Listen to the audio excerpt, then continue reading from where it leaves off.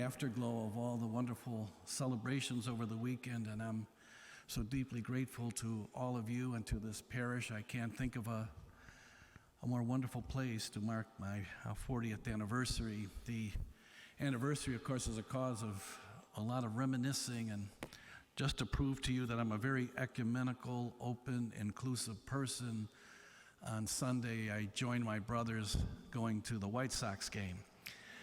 And I don't care what they call it, it's Comiskey Park.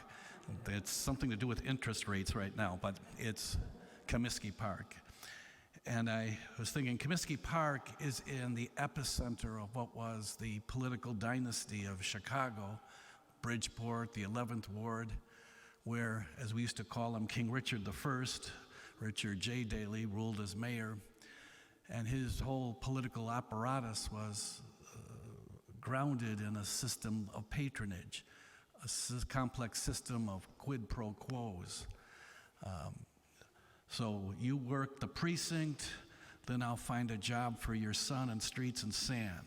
And when he gets the job, my block is the first block that gets plowed in the winter. So everyone taking care of everyone, which unfortunately resulted in quite a culture of corruption. But long before Mayor Daley was the mayor of Chicago, the Catholic Church in many ways was probably the architect of the patronage system for centuries and centuries.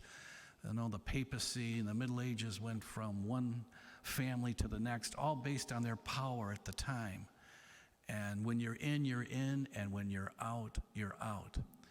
And we suffer this very day from the implications of clericalism, you know, this sense of privilege that puts a lot of weight on a person's title or the kind of vestments they wear or the particular position they hold.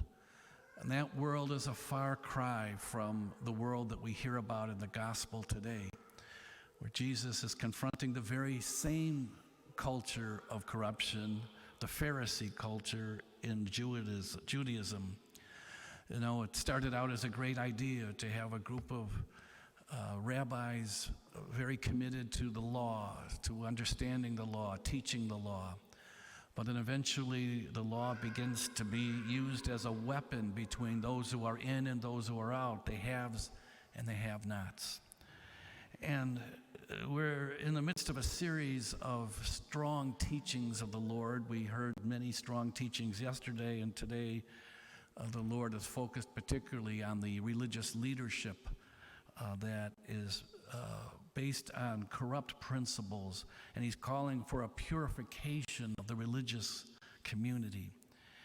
And in a sense, the Lord is telling us ultimately when we stand before the Lord and we review the journey of our life, there'll be little concern from the Lord about the wealth we accumulated, the political power we exercised, the initials after our name, the accolades that we received.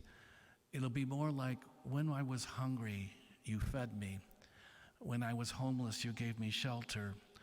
When I was in prison, you visited me. When I was sick, you cared for me. Thank you for joining us for this celebration of the Mass. This virtual Mass is broadcast to hundreds of people every day of the week. You know, over 100 years ago, the very first celebrations of the Mass took place on the second floor of the Glenview Public House. It's been inconceivable that 100 years later, we would be reaching so many people all over the world through this technology. If you'd like to support the ongoing broadcasts of OLPH's Masses, please go to our website, go to Give Central, and you'd be able to support the ongoing outreach of this virtual ministry. Thank you for your support. Most of all, thank you for joining us in prayer. God bless you.